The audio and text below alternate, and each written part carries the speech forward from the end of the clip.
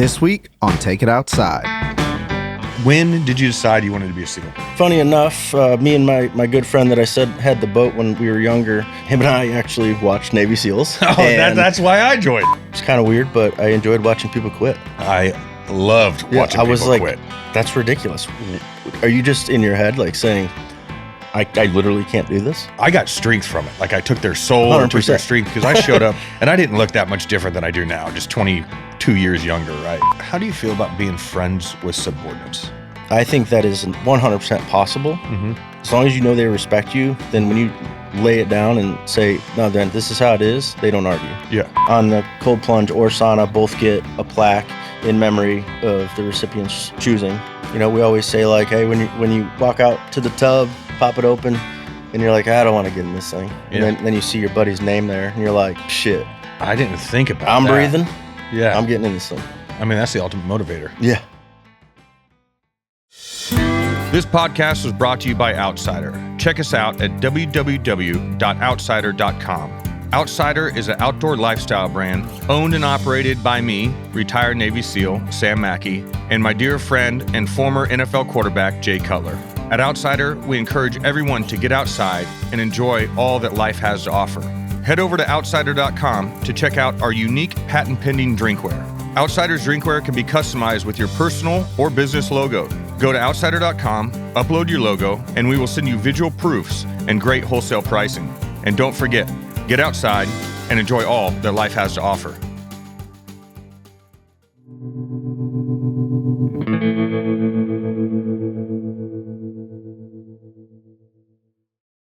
What's up, ladies and gentlemen? Welcome to the Take It Outside podcast. I'm your host, Sam Mackey. My co-host, Smoking Jay Cutler's in a hot tub in Puerto Rico right now, just living. But today, we have my dear friend on, Chris Kerr. Thanks, brother. I appreciate you coming on. Yeah, appreciate you having me. So, a little background on Chris. We were in the SEAL teams together, known each other about 20 years. He just recently retired and now is working for FireIce, which is a nonprofit that supplies saunas and cold plunges to veterans. So, he was nice enough to drive down and we installed a sauna and cold plunge today at my house, and we're lifting and shifting that to Kentucky. That way it's there for the Gold Star Wives when we do our Gold Star Wives hunt. So I appreciate all that. Yeah. You're welcome. Thanks for being on. Absolutely, man. So, I'm just curious. I want to know, I'm sure I asked this question a long time ago, maybe like 2008 or so. But where'd you grow up? So, grew up in Indiana, a little town called Valparaiso. How far is that from Santa Claus? Pretty far. Really? Jay's from Santa Claus. That's the only reason I asked. No, I actually don't know how far it is. Okay. But. Whereabouts in the state is that? It's just like northern Indiana. Okay. So Gotcha. about an hour and a half from Chicago, actually. All right. What was life? It was a farm, neighborhood? No, we grew up in a real large neighborhood, had a man-made lake, but a fairly large lake. So definitely spent a lot of my time growing up living free within the actual, subdivision and whatnot. How big was the lake? People take boats on it? Oh, yeah. Oh, really? Yeah. Boats, houses, like. Oh, no shit. Yeah, pretty big lake. Oh, that's fun. Mm-hmm. Did you have a boat when you were a kid? No, but my good friend did. So I would go on that as much as possible. My grandpa had a lake, and I think it's about 8 acres, and he bought me a little John boat and a trolling motor when I was, 6th grade, and I thought it was the coolest thing in the world. Yeah. I'd just fish all day out there with my buddy Kyle. But yeah, definitely enjoy some boating for sure. You play any sports as a kid? Yeah, played some soccer. Did a little basketball in elementary school. I remember your soccer skills now. Yeah. What the hell's the name of the game that we always played that everyone got hurt? It's like Gator ball? Yeah. Yeah. Yeah. People are still playing it for sure. And that's a mixture, for those of you who don't know what Gator ball is, it's a mixture between like ultimate frisbee and football. Yes. Soccer, using your feet and your hands, and pretty fun. Gets a little rowdy. No, was Gator ball with soccer balls or footballs? Soccer balls. Okay, so that's the one you play with 2 soccer balls. What's the one we played with one football? Do you remember the name of that? Ultimate football? It was like ultimate frisbee with football. Yeah. Yeah. So ultimate football. Speedball. That was that's it. Right. Shit, I've been trying to think of the name of that for a long time. A lot of MCLs and missed deployments because of that fucking game. When did you decide you wanted to be a SEAL? Probably, funny enough, me and my good friend that I said had the boat when we were younger, him and I actually watched Navy SEALs. Oh, that's why I joined. That was the day that I decided that's what I wanted to do. I gotta interrupt. I feel like that's every SEAL you've had on this podcast, that they give that same answer. It's our generation. I don't know what got the kids in now. Probably our charm and good looks of seeing us on TV. Fuck, I don't know, Ben. But that's what got me in. It's like comical how much it's that answer. Yeah. I mean, it obviously wasn't a reality at the time, but like for me, it was to me. For me, it was like that's what I'm doing. So anytime we played Nerf guns or anything, that's what I was. How old were you when you saw the movie? I think I was 11. I feel like I was like in fifth or or actually sixth grade. 13 maybe. Yeah. Yeah. Okay. How old are you when you're 11? What grade are you? How old are you when you're 11? That's a horrible question. What grade are you in when you're 11? Good Like question. sixth grade, maybe? Fifth grade? Yeah. What grade is your youngest in? 7th. Okay, so about sixth grade or so. Okay, Yeah. that makes sense. Yeah, I knew I wanted to be a Navy SEAL. I think I remember it was like in the 4th grade. Yeah. Yeah, and it was because the movie Navy SEALs with Charlie Sheen as well. Yeah. So when did becoming a Navy SEAL kind of become a little bit of a reasonable life choice for you? Honestly, for me, as soon as I got to high school, I mean, Really? that was I knew 100% that's what I was going to go do. I had a lot of coaches tell me I wasn't going to make it. Yeah. Which your coaches in high school, football coaches, yeah. Really? Yeah. Mm-hmm. They just straight up said, "Chris, you're not going to make it." They're like, yeah, I can't remember exactly what they said, but yeah, I remembered as I was graduating, as if they knew everything about the program. Yeah. Right. Yeah. So what I'm picturing, you're a small town in Indiana, like very patriotic. A lot of kids joined the military at that point in time. What year was it? 2001, I graduated. Okay. So I don't really remember a whole lot of Yeah. anything as far as recruitment or other guys. Yeah. So what'd you do? Did you just walk down the recruiter and tell them I want to be a SEAL? Yeah, I stopped into the recruiter several times, I think, without even telling my parents, just to kind of, because I was excited, and I wanted to see what the process was and what all I had to do, and that's kind of where it kept going. And Time of year in 2001? I joined September 26th. Oh, really? Right after 9/11. Fuck me. Yeah. So you go into the recruiter, you go in multiple times, and you finally made a decision, hey, I'm going to go. What did they tell you? What A school did they tell you to go to, all of that? Yeah, well, this is kind of where I got derailed in my dream. So I'm a guy that like 100% will crush something if somebody tells me, hey, you have to do good on this, right? Yeah. Well, if someone would have just said, hey, you have to score a certain thing on the ASVAB, Yeah.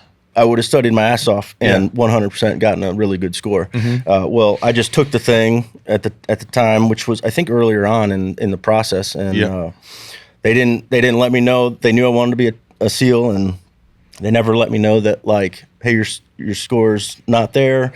Anyway, it turned out it kind of happened last minute, so I ended up going to aviation ordnance school in Pensacola, I think it was. So you get to you get through boot camp, you get to A school. Did you do the BUDS contract or whatever it was, SEAL SWIC contract? No, there was a couple of times I tried to go to the pool to get a workort. Yeah.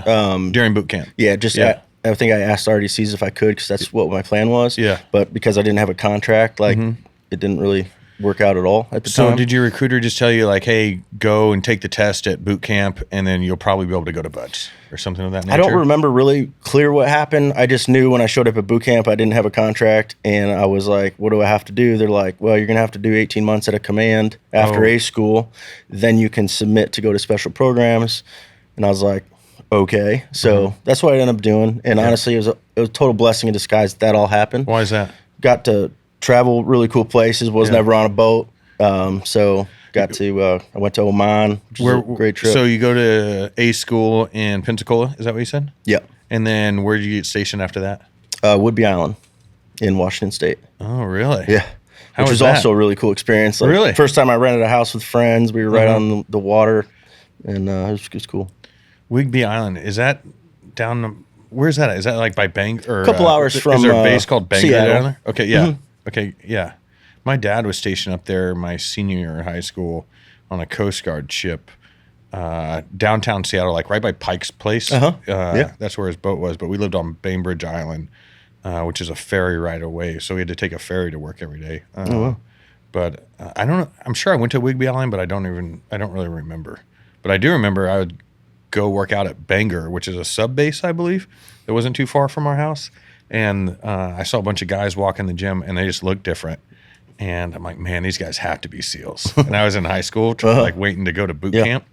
And then, so I just walked up to them like, hey, man, like, are you guys SEALs? And then like 4 of the guys said no and walked away. Then one guy's like, yeah, we are. What's up? And answered my stupid questions. I forget what they were. But that was the first SEAL I ever met, I believe. So you're up there. You're not on a ship, so you're just stationed at a base doing aviation mechanics stuff? Yeah, aviation ordnance stuff. Oh, so you're AO. Yeah, not any real AO that's actually loaded real ordnance on real planes on a ship would say that I am definitely not a real AO. But a whole bunch of sauna buoys, What's your guys saying? I remember seeing shirts like, if you ain't ordnance, you ain't shit, or something like that. Ayoyas, yeah. Say that again? Ayoyas. Ayoya. All right. Do you have any shirts that say that still? I don't think so. Yeah. All right. So you're in the fleet. How'd you get to Buds? 18 months at P3 Squadron called BP1, Screaming Eagles, which P3 Squadron, and did my 18 months, submitted my package, retook the ASVAB, scored just fine. Yeah. And was on my way in 2004. Okay. What Buds class were you in? I started in 253. Okay. And then had an unfortunate accident after Hell Week where I fell from the slide for life. Oh! And broke my heel. And from the top? Yep. So the slide for life is an obstacle on the obstacle course. And how many stories do you think the top is? Take a stab in the dark. At least 3. I was going to say 3 maybe. or 4. Yeah. And there's a single rope that's at the top at an angle going down to the sand out in front of you, which should, I don't know, how long is it? 100-yard rope? Yeah, probably. And you lay on it and you slide down, right? And it's called the slide for life because people lawn dart off that thing and in careers real quick. I think they put a net under it, I heard. Oh, really?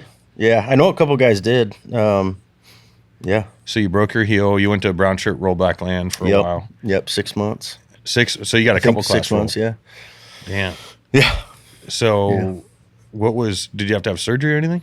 No, it wasn't a full break. It was like a stress fracture, they said, but because it was a calcaneus bone, I guess that bone takes forever to heal. Really? So like I was getting towards like cut time where they're like, hey man, like if it doesn't come back negative, like we're gonna have to get rid of you. Yeah.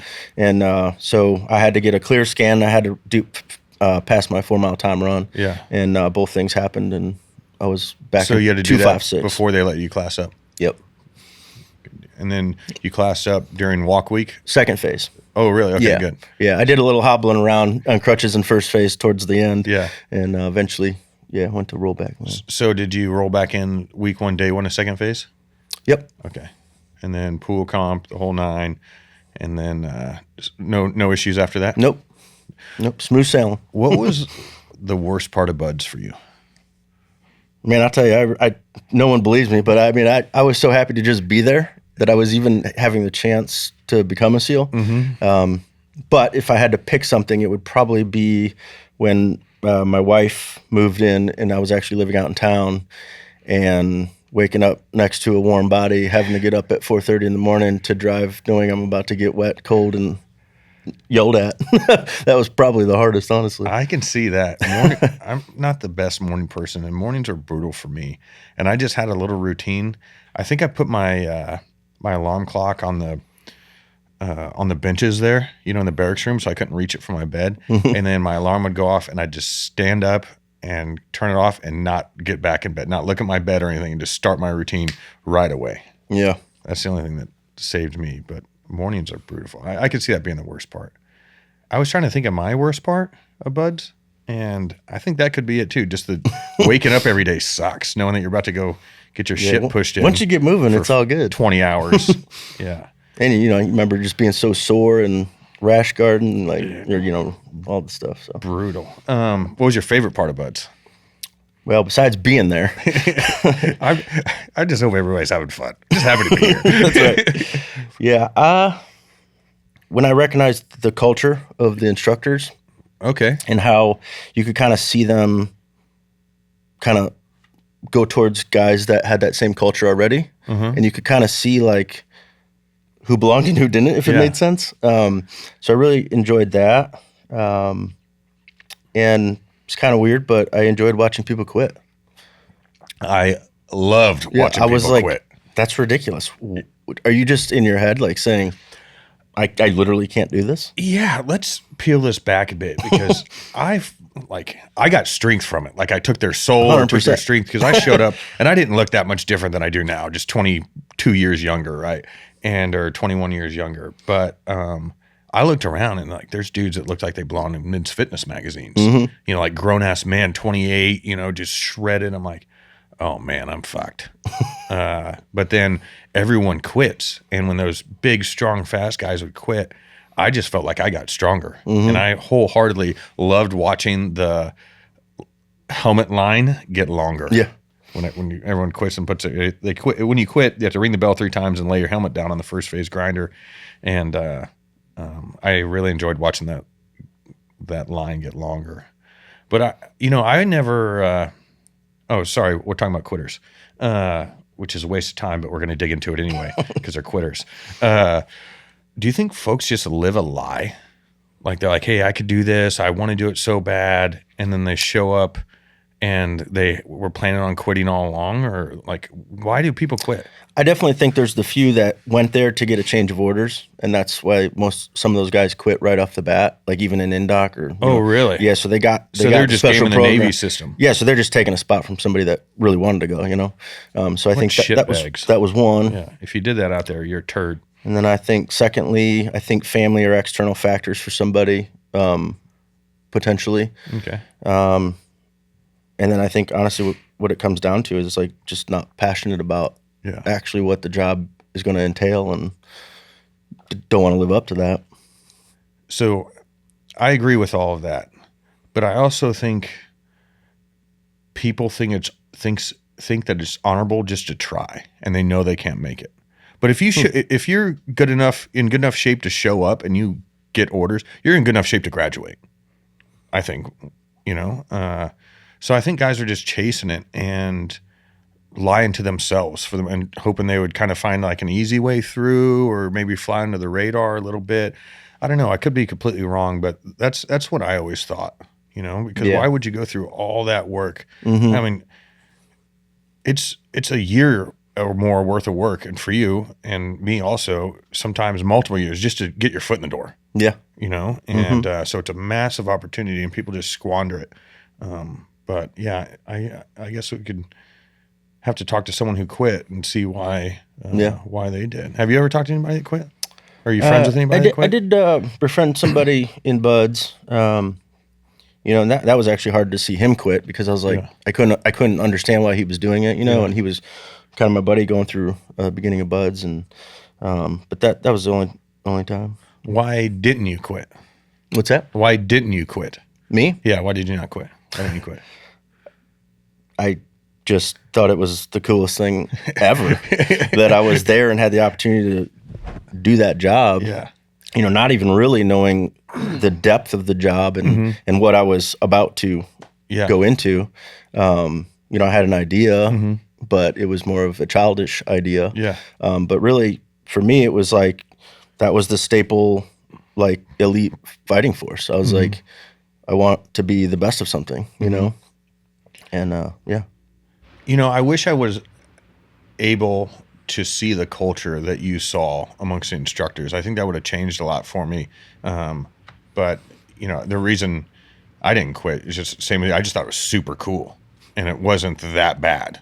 They feed you, and, and you're every day you don't quit is a day closer to becoming, Navy SEAL and reaching your goal. Yeah. So, I guess that's just the way I looked at it. But, looking back now, I do remember some dynamics amongst the instructors that you could see, like, hey, these guys are obviously, in a going to say a little clique, but they obviously, are friends. And then there's this one, guy outside their cohort, and he's probably, now knowing what I know, he's probably a turd, right? I would assume so, but I could be completely wrong.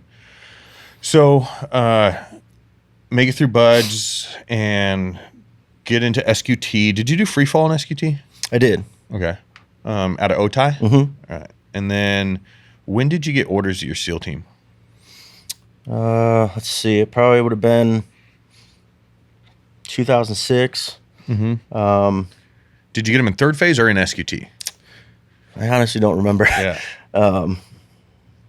But I do remember them real clear because it was obviously the height of the fighting, and I find out I got orders to SEAL Delivery Vehicle Team 2. I remember that. And I'm like, oh, right? Because that was just like what everybody said, right? You didn't do all this diving, all this stuff underwater, and you're not going to be part of the fight. And so I was super devastated at first. But again, one of those good blessings that came across because a lot of good people met there.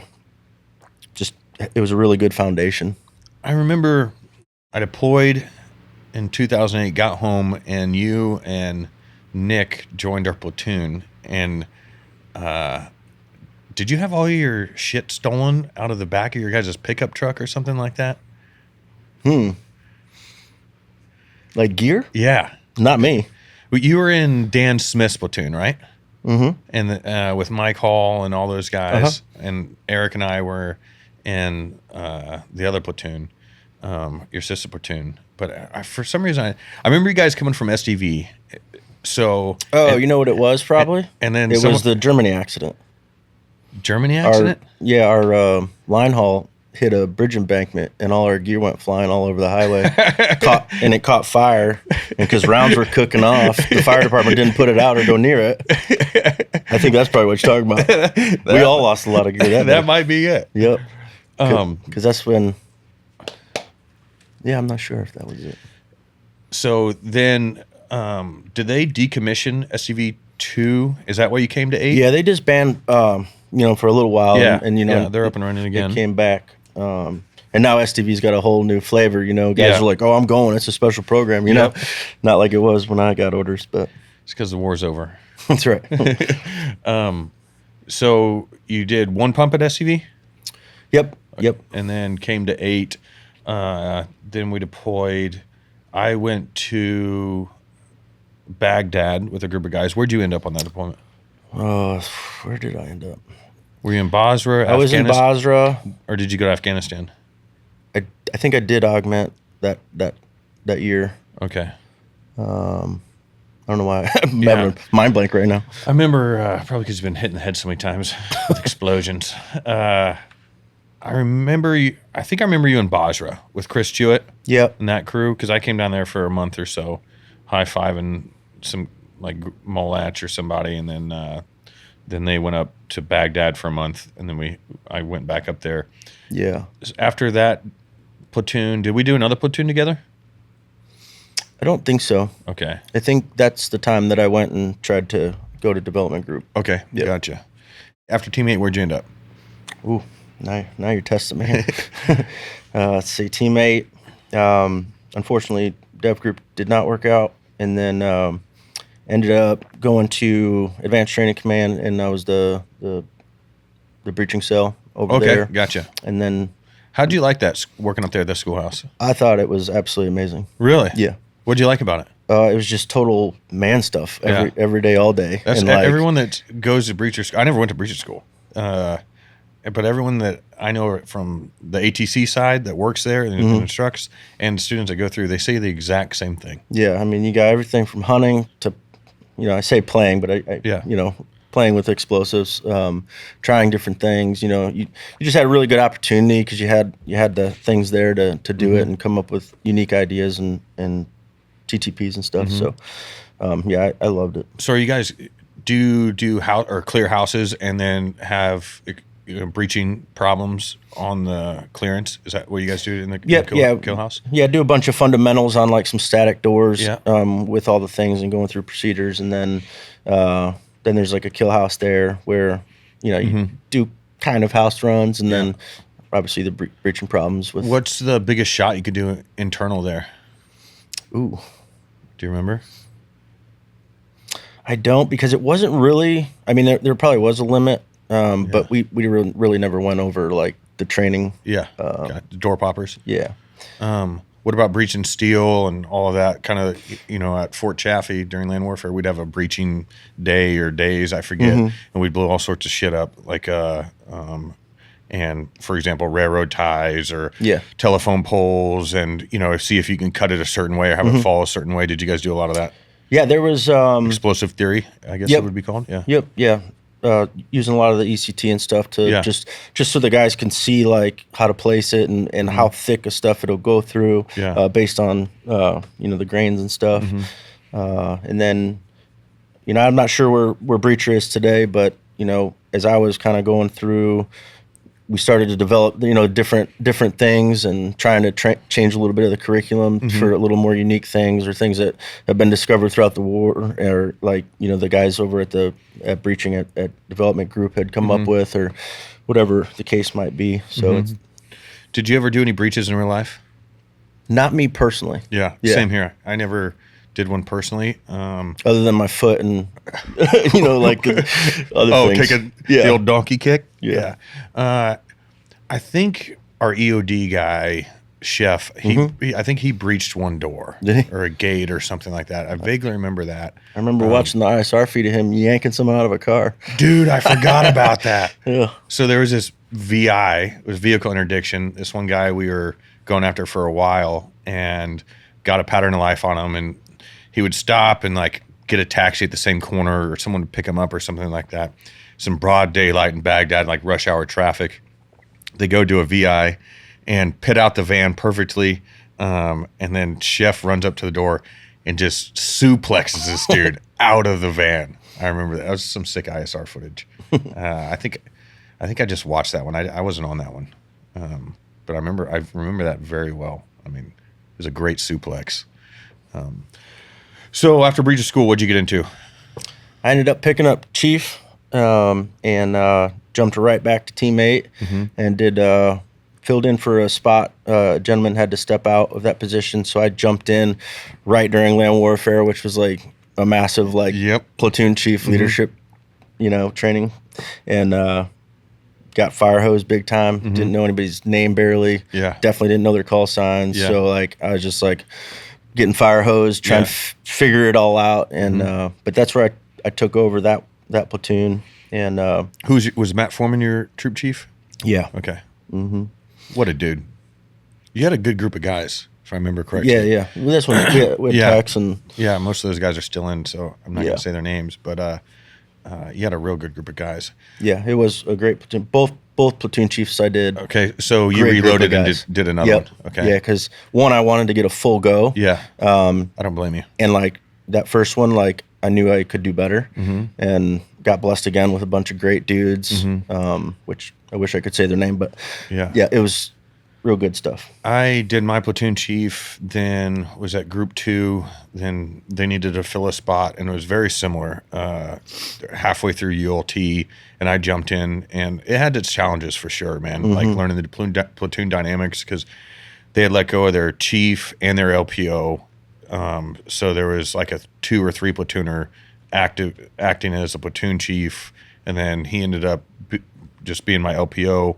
But that's very challenging walking into a group of human beings of that caliber and then leading them like from the start without having the, going through the full cycle and learning your guys and pro dev, and then, slow ramping up into ULT and all of that.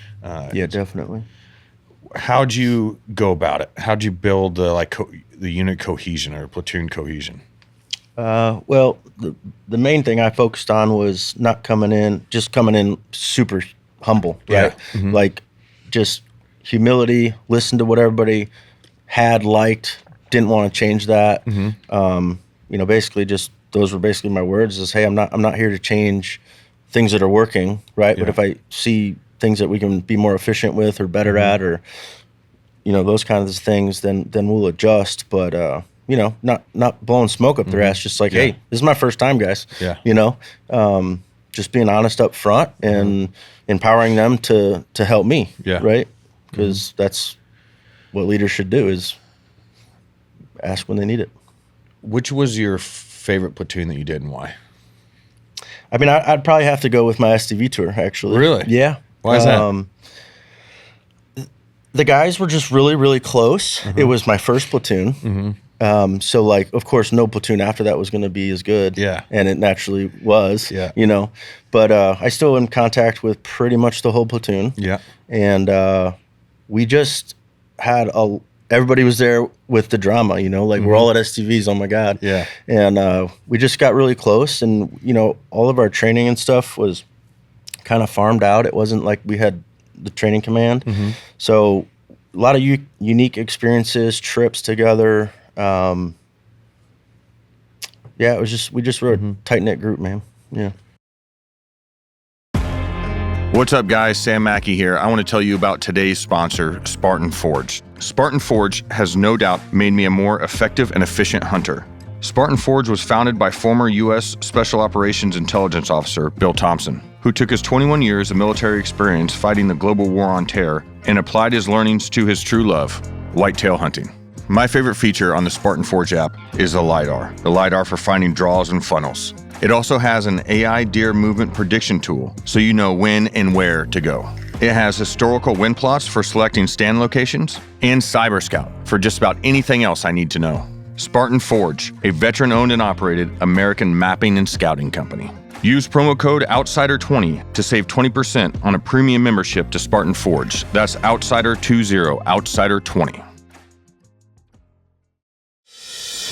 This episode is brought to you by Code Blue Scents. Code Blue's famous from one deer to one bottle collection process is a breakthrough technique that guarantees the certified deer urine comes from a single deer rather than several, producing the purest, most potent scents. Head over to codebluescents.com and check out the Rope-A-Dope kit. Their weather-resistant rope soaks up rack rub gel, providing a lasting scent to stimulate rub activity on licking branches by mimicking a buck's forehead and preorbital gland scent. And also, check out the Gravedigger Scrape Mate Dripper. This versatile Scrape Mate Dripper can be used all season long. The adjustable dripper bag contains pure urine from a single buck enhanced with tarsal gland scent. Perfect for hanging over scrapes to keep them fresh or creating a scent trail as you walk to your hunting location. Visit www.codebluescents.com and use promo code OUTSIDER15, that is OUTSIDER15, to receive 15% off all Code Blue products. Multiple uses okay, cannot be combined with other promotions.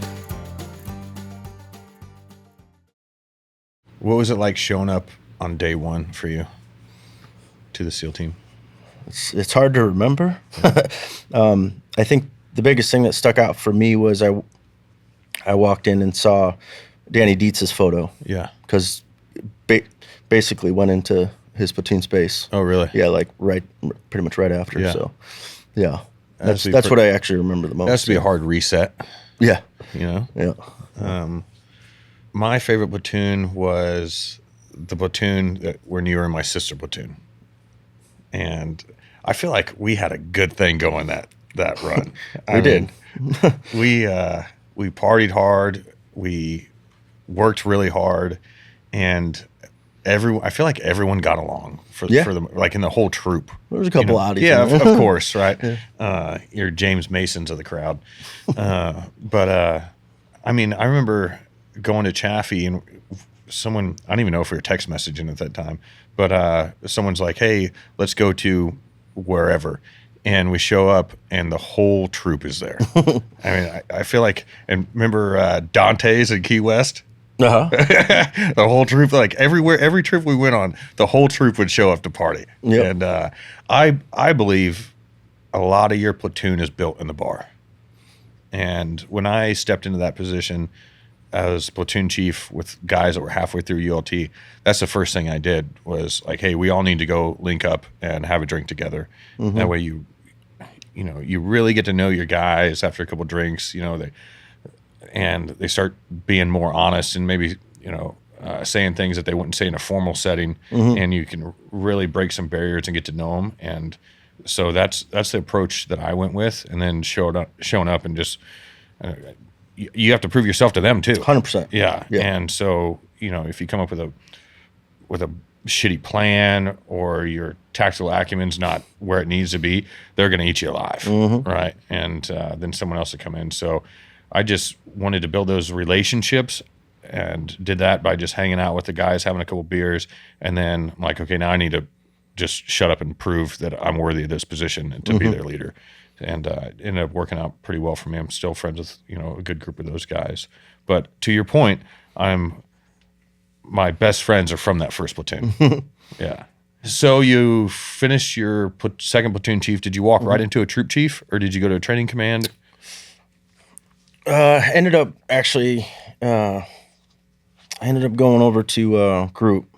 Okay. What'd you do at group?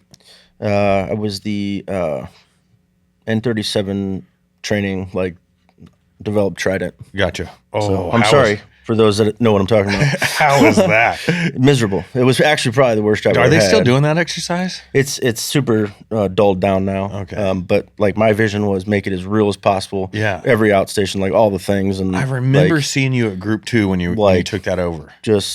It was, for a while there, it was only me and one other civilian that was, basically doing ops intel fusion. Yeah. And then had a few other civilians in there, but it was only a handful of us, maybe 6 of us, and we were in charge of this gigantic exercise. And it was tough. I mean, talk about a shit sandwich. Yeah. That's because no matter how hard you try to make it as perfect and realistic as possible, again, guys will just eat it apart. I remember. I think I only did one of them, maybe 2 of those Trident exercises. But I remember they churched it up and it's this huge exercise. We're going, I forget where we went, maybe somewhere in Mississippi or something like that, and lived in tents for a week, didn't do anything. I mean, we were just going to a sniper range and shooting all day. And I think we set up a mortar range. We're just running our own training till it was time for the big mission. Yeah. And then I think we hit a Connex box out in the middle of nowhere. What are we doing? You don't have a hospital or a massive building. Yeah.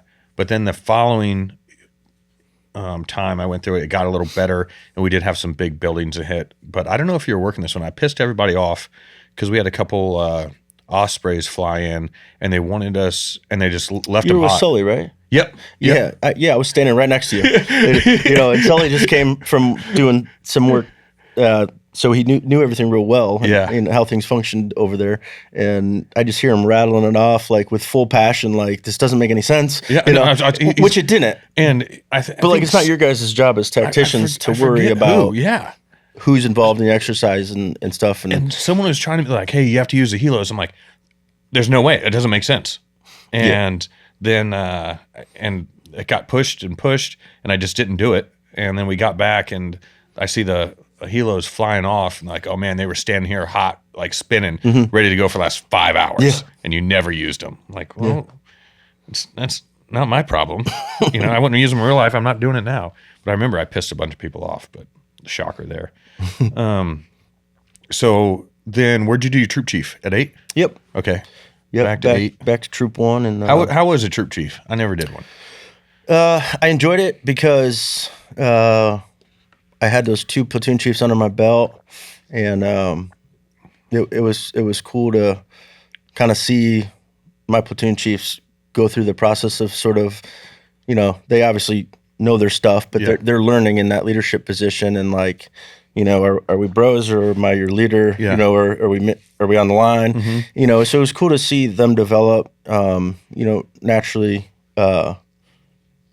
They question their leadership and, my leadership style. And, I'm sure there's a ton of stuff I could have done better. But I really enjoyed it, man. I had 3 strong personalities in there. Yeah. So you were in one troop, a super troop, huh? Yeah. So you had 3 platoons underneath you. Yeah. Yeah. Yeah. But it was really good, man. And everybody functioned really well. It was enjoyable. How do you feel about being friends with subordinates? I think if, you said, you've proven yourself as a tactician and as a leader, I think that is 100% possible. But as long as they respect you, then when you lay it down and say, no, then this is how it is, they don't argue. Yeah. So if that's there, then all day. Having this conversation with a buddy last week, and the whole, you hear it tons of times, well, I'm your boss, I'm not your friend, right? And then you have a group of guys that you naturally gravitate to, maybe it's their personality and a mix between their personality and their performance, right? And then you have outliers that you don't get along with as well. But typically those outliers are the sub-performers, right? Because they're kind of outcasted by everyone else in the platoon, and there'll always be one or two of them. They kind of run together, and if they do some soul search, they know why they're not like part of the club, if you will, right? So I began to think, I'm like, maybe we, like in some way, not like have you over for dinner and drink beers all the time every weekend together, but in some way, maybe it's good, or it is good, to have your subordinates be on the friend level as you, because that means they respect your performance, you respect theirs, personalities, go together. And in that arena, in the SEAL platoon, everyone's so much alike, it's easy to get along with everyone for the most part. You can find common ground anywhere. Yeah. So it's like these people that you're not friends with, you're not friends with them just because you're their boss. You're not friends with them because they're subpar performers and their personality is a little off and they haven't found a way to fit in yet, and they're maybe socially awkward or something like that. And I'm not asking everyone to be, friendly and, extrovert, but our work also forces you or requires you to be, a Swiss Army knife. You got to be able to, go to dinner with guys at the embassy, right? And then you have to be able to be a complete savage the next day. And then also, congratulate someone when they have a new kid and have your, set up a meal train for them, right? So it's not, you don't just have one job. Right. So I've been thinking about that lately, or in the last week. And I think maybe we have it a little skewed. What do you think of that?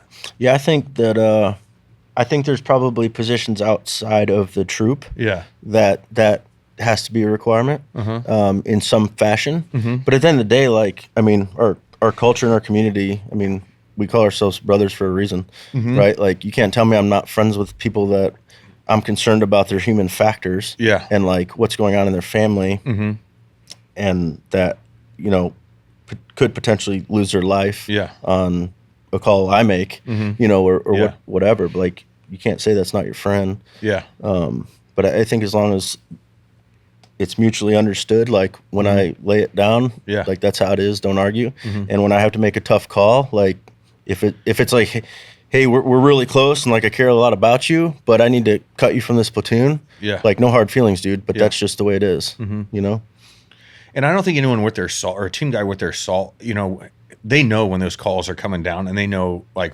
what callers you can question and what callers you can't, right? Or I'm going to say what rules you can break, because I think rules are just meant to be broken. And for example, if you just give them intent but not finite detail, then it's on them, right? But if the guy just straight up just argues with you over the radio, obviously he doesn't respect you or your authority, and conversation needs to be had, right? And hopefully someone else whoops his ass before you even have to. But I agree with that.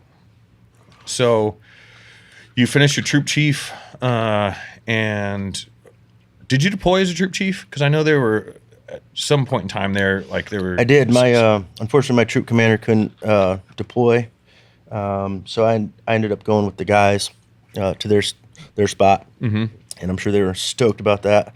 But so filled in actually for Steve-O. Okay. Sort of doing the ops master chief job, while simultaneously kind of doing the troop thing. But for the most part, the guys. Or maybe was it CMCs that were blue and golden, like the ops CMC and the team CMC? Some groups did. Something came up where Steve-O couldn't go, gotcha. So went out there and did that. And then after your troop chief, did you step right into ops?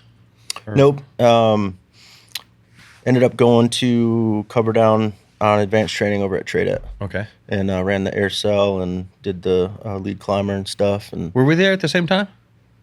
I don't think so. Okay. Or maybe just missed. I don't know. And then you went to Logsu to do your CMC?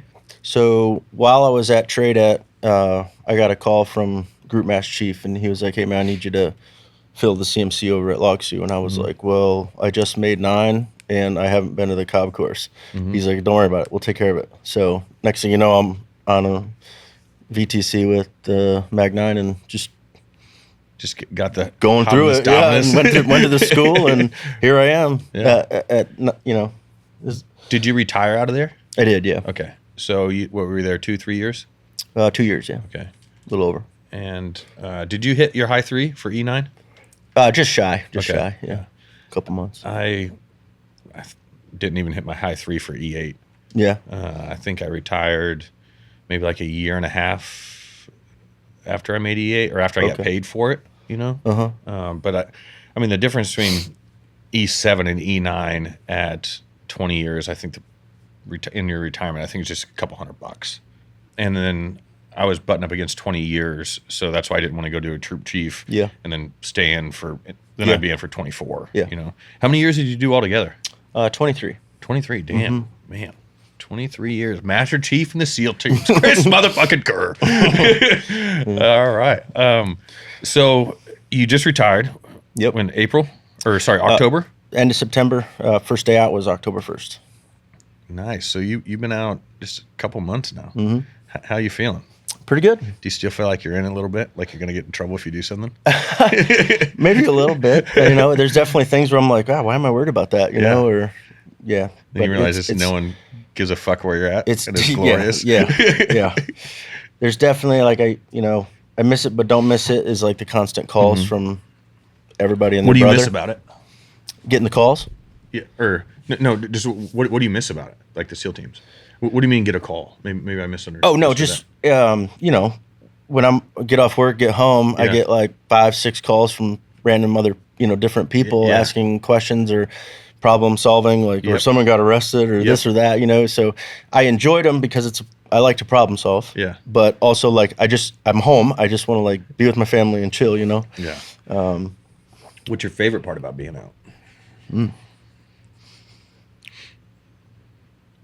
Probably the time with my kids before they move out. Yeah. How old are your kids now? What's that? How old are your kids now? 17, 15, and 13. All right. 17-year-old, is he a junior or a senior? Junior. Junior? Yeah. Going to college, or what's he going to do afterwards? He wants to do a trade when he gets out, and then nice. Just for first year or so, and then I think he's planning to give it a shot, man. Really? Yeah. Oh boy. How do you feel about that? I'm excited. I just want to make sure that he knows for sure that's what he wants. Yeah. Well, did you know for sure that's what you want? So did I. I mean, probably not. Well, no, I did. I just didn't know what it entailed. Yeah. I wanted to be a Navy SEAL, and I had no clue what a Navy SEAL was, really. Obviously, I knew what everyone else knew, but I didn't know it was going to be as powerful as it was. Yeah. You think back and how many folks have a friend, just one, that you can call and ask anything, and they will help you out, and they won't judge you. Right. Or anything. A lot of people don't even have that friend. And I bet you got at least 5 of them. Yeah. And so I think I'm the most thankful for the relationships that the personal relationships that I made in the SEAL teams. Right? Yeah. And then the life experience it gave me, and the travel. Right? Yeah. Oh, yeah. I feel like I've been everywhere. Yeah. And I could build an instant rapport with people, find some sort of common ground really quick, and start a conversation. And without having the life experiences that I've had and you have had, it'd be harder to do. I just don't know what I would have done if I didn't do that. Yeah. Did you have a plan B, or did you say if the SEAL teams doesn't work out, I'll go to college, I'll do X, Y, or Z? No. Me neither. No. Absolutely fucking not. No. So you just retired. Tell us about FireIce. How'd you get involved in that? All right. So, so Derek Gordon, the CEO, him and I grew up in basically the same neighborhood. Really? Yeah, 10 minutes apart. Did you know each other? No, not until he ran into my sister at church one day, saw she had a SEAL sweatshirt on. Yeah. And he was like, hey, where'd you get a sweatshirt? And she's like, my brother's a SEAL.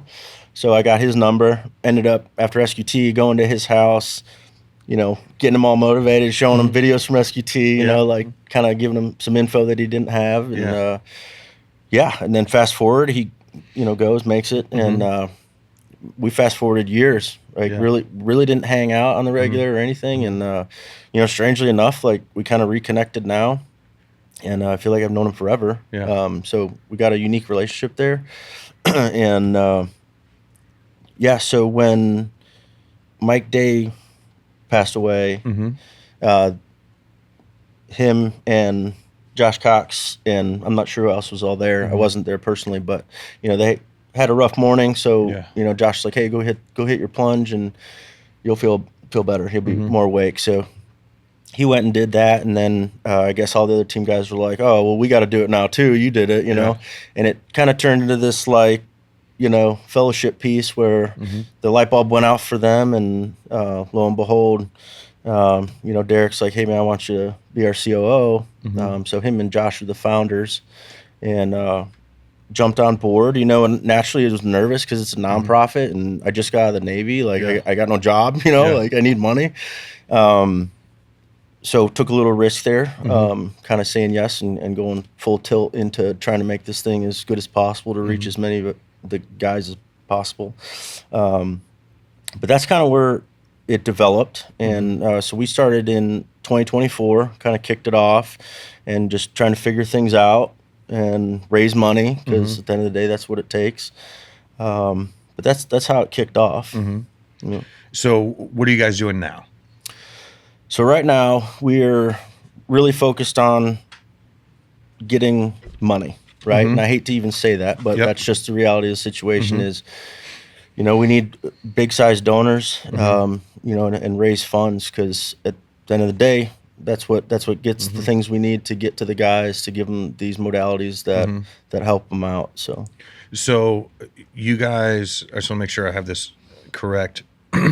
Your guys' mission is to provide veterans and Gold Star wives with cold plunges and hot tubs based off the result that you've seen from cold plunging in hot tubs in the past and what it has done, obviously what it did for the boys, when Mike Day passed.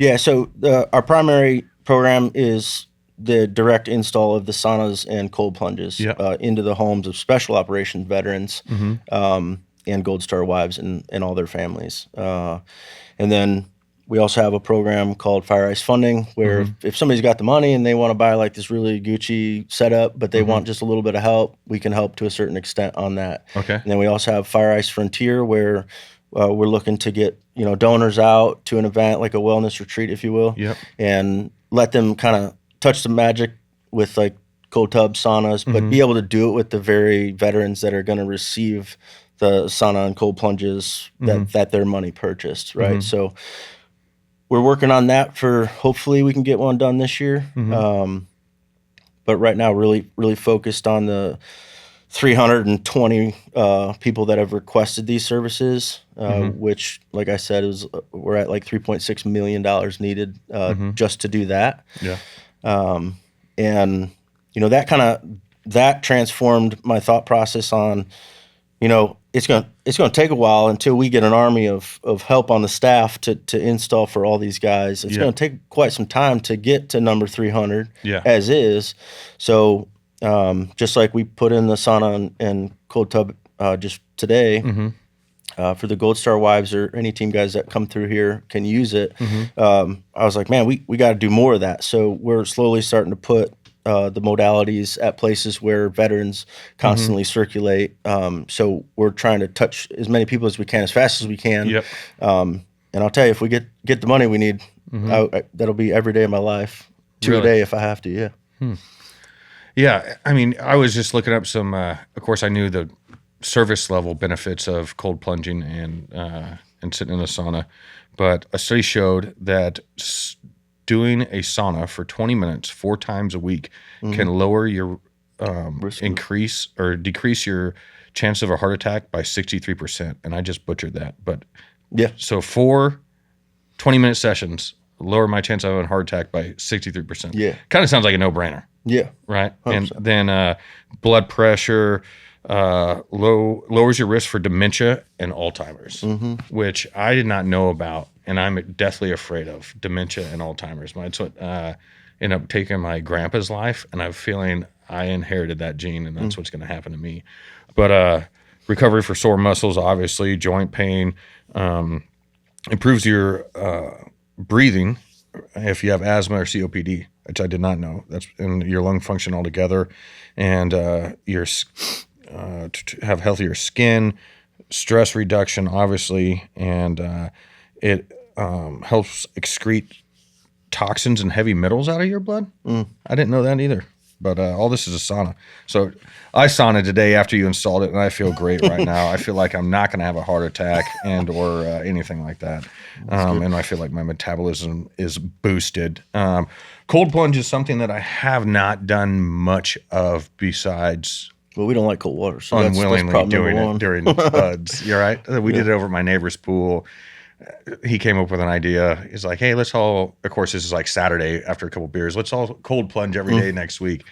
And we did it on Monday, and it died in the vine right then and there because it was really cold, and I'm a pussy. But I need to start doing it again. Yeah. How often do you do it? I try to do it 3 times a week. Really? Yeah. How long do you do it for? 4 minutes at 39.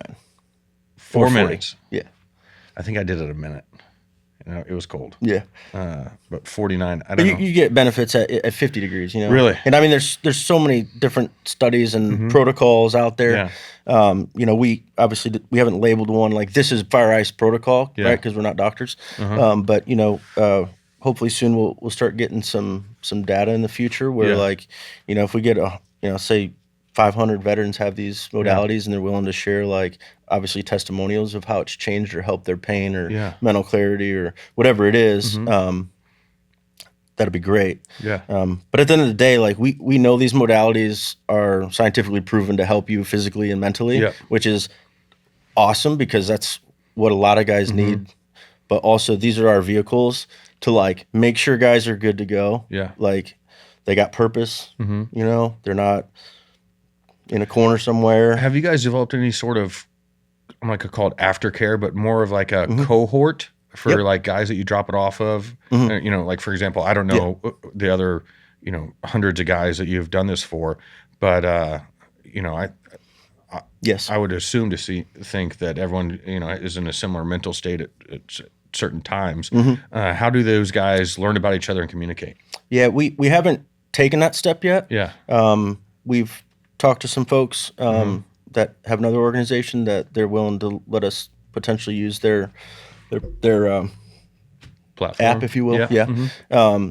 But it's something we want to massage. But right now, I just keep track of, our end of install photos where Derek and I and the individual save those pictures, right? So it's I want a physical scrapbook of face, name, and if they ever need anything, we got them on distro, and I want to get to the point where every holiday, like Christmas, they get something from FireIce, And I think certainly, I think it'd also be good to, I watched you put together that sauna today, and then I'm going to move it to Kentucky, so I'm going to watch one, do one, and now I could teach one if I do a third. But further on down the line, once you guys have more jobs at hand, I think it'd be a good thing to call on folks that already have them. Like, hey, Sam, so and so just asked for a sauna. He's getting one next month. He's an hour away. I need you to do me a solid and go put it together and talk pay to it forward. him. Yeah. That's what we do express to the guys that have gotten them. Yeah, I would do that in a heartbeat. The kind of the hurdle with it is some guys maybe don't want to be broadcasted that they're they're asking for that stuff.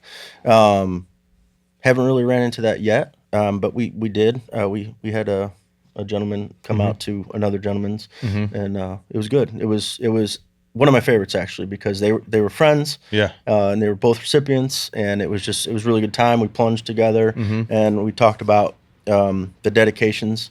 Yeah. And that should definitely cover that. But every kit that we give on the cold plunge or sauna both get a plaque in memory of the recipient's choosing, brother, friend. So we memorialize them on there to honor them. And usually gets pretty good because guys immediately go into, the deep stare of the name, Right back to that spot in 2 seconds, can you? Fuck me. And then, they just, it's really, I'm It's really good. Completely honest. When you hung the plaque today, I didn't look at it and read it initially on purpose. Yeah. Yeah, just because it makes you sad. Yeah, You for know? sure. Yeah, but you know, part of that too, because these modalities do work. You know, we always say like, hey, when you walk out to the tub or walk near it, pop it open, and you're like, I don't want to get in this thing, and then you see your buddy's name there, and you're like, shit, I didn't think about I'm that. breathing. Yeah. I'm getting in this thing. So that's. I mean, that's the ultimate motivator. Yeah. Yeah, you can't even turn that down. No. Good for you guys, man. That's so cool. So, everyone, I need you to go check out Fire and Ice. And if you have anything to do with nonprofits or you donate, I know tax season's coming around, check them out. They're doing great things for great people. They got a cold plunge and a sauna out here in Tennessee, and we're going to bring it up to Jay's Ranch in Kentucky because that's where we host our Gold Star Wives Hunt. And we're looking at doing, this year, we're looking at doing 2 of them. And so it'll be put to a lot of good use up there for those amazing women. And I appreciate you guys, man. You guys are awesome. Yeah, thanks. Yeah. I really appreciate you having me on. And if anybody out there, for whatever reason, wants us to come out and bring, we have like a travel set. So we'll hit events and things and use them. Well, absolutely. So. And if you're involved with a larger nonprofit and you work with smaller nonprofits and you have them under your umbrella, please check these guys out. All 3 guys that are involved, you, Josh, and Derek, are outstanding SEALs and outstanding human beings and great fathers. So Appreciate it, Sam. I appreciate you, brother. Check them out. FireIce Frogs.